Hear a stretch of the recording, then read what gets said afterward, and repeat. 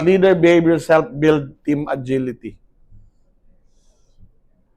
Leaders must be even if with a partial information.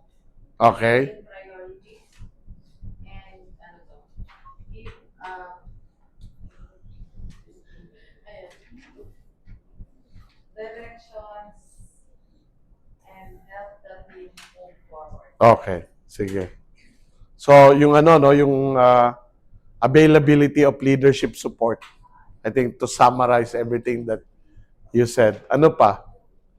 Kanina, ano yung sabi mo, Mark? What did you say was ano? Openness. Oo. Okay. I recommend something more proactive than just being open to suggestion. What would be a more proactive way of doing it is to actually solicit suggestions. Solicit suggestions. Alam niyo yung open door policy? Yung mga managers sasabihin, I have an open door policy. If you have question, if you have suggestions, just go through the door and talk to me. And the problem is, nobody goes through the door.